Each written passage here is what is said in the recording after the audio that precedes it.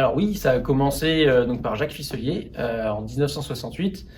Il vendait des bonbons à la liqueur et il s'est rendu compte que ce que les gens préféraient dans ces bonbons, en fait, c'était plus la liqueur que les bonbons. Et donc il s'est lancé dans une activité de liquoriste à temps plein. Donc il a créé plusieurs recettes, BZH, liqueur de fraise. Et sa dernière recette, c'était le Kenavo, qui voulait dire au revoir parce que c'était sa dernière recette. Et il a transmis après le flambeau à son fils Emmanuel, donc en 96, qui est arrivé avec son dynamisme et sa jeunesse et qui a créé les liqueurs à base de lait et la gamme des rhums arrangés pour la maison Fisselier.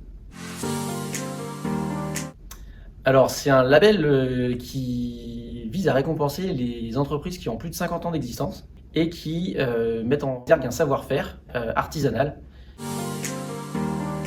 Alors les trois valeurs de la maison Fisselier, j'ai envie de te dire, c'est l'exigence, le travail bien fait et la mise en avant du terroir. Alors en gamme de liqueurs, on en a plus d'une quinzaine. On a tout ce qui est les spiritueux, apéritifs bretons. Là aussi, on en a à peu près 10. Et toute la gamme des rhums arrangés, où là, on a plus d'une vingtaine de références différentes.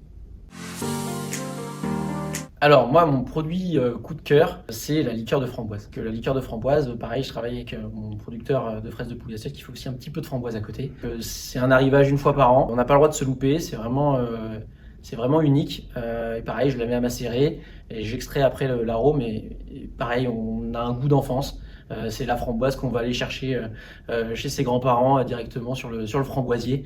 Et on ferme les yeux, on y est, quoi. C'est vraiment une petite Madeleine de Proust, moi j'adore. Oui, ça a été pour la première fois où j'ai fait la liqueur de fraise justement. En fait, je comprenais pas comment on pouvait arriver d'un jus qui était très acidulé, très intense en fraise, mais presque désagréable. Comment on pouvait juste après, en le retravaillant de manière simple, obtenir une liqueur aussi sympa et onctueuse. Et je me souviens avoir posé la question à Emmanuel Fisselier qui m'a formé et je lui ai dit mais ça vient pas du même produit, c'est pas possible.